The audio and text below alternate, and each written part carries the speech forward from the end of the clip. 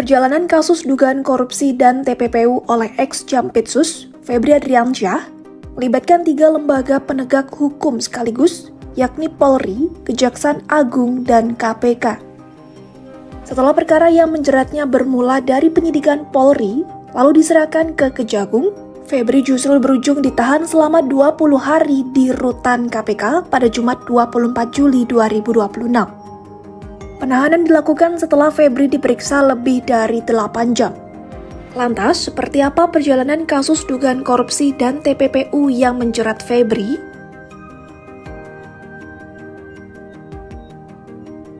Kasus ini berawal ketika Kortas Tipikor Polri menetapkan Febri sebagai tersangka pada Sabtu 11 Juli 2026.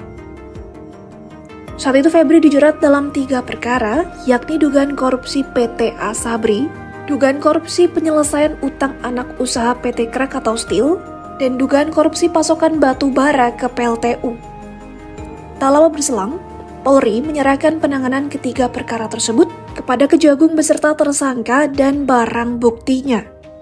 Kejagung kemudian memutuskan status tersangka Febri tetap berlaku untuk perkara dugaan korupsi PT Asabri.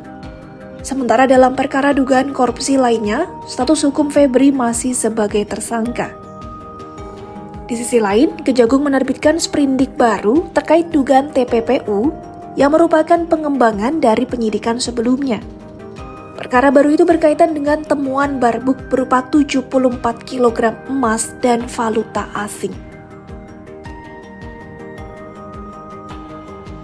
Jaksa Agung ST Burhanuddin menyatakan, penanganan perkara ini menjadi kewenangan Tim 9 yang dipimpin Jaksa Agung Muda Pengawasan Rudy Margono. Tim 9 itu berisikan para jaksa senior yang bertugas di luar lingkungan Jampitsus. Rudy mengatakan timnya tak langsung melanjutkan penyidikan usai menerima pelimpahan perkara dari Polri. Selama hampir 2 pekan, penyidik disebut lebih dulu mempelajari berkas perkara, alat bukti, dan barbuk.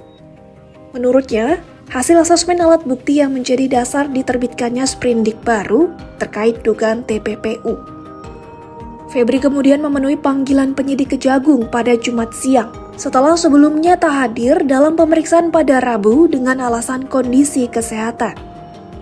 Setelah diperiksa, Febri menyatakan siap mengikuti proses hukum yang sedang berjalan, namun ia menyebut kasus yang menjeratnya adalah kriminalisasi.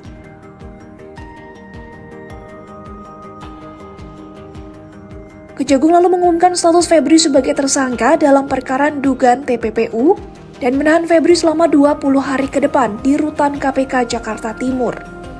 Rudy menjelaskan penempatan Febri di rutan KPK dilakukan untuk memberikan perlindungan, menjaga akuntabilitas dan transparansi proses hukum, serta memperkuat sinergi dengan KPK. Meski ditahan di rutan KPK, pemeriksaan maupun penahanan terhadap Febri merupakan kewenangan penyidik Kejagung.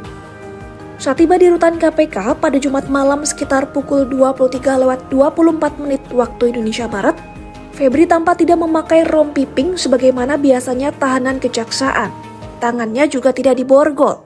Terkait hal itu, Rudy berdalih karena situasi yang terburu-buru. Download Tribun X sekarang, menghadirkan lokal menjadi Indonesia.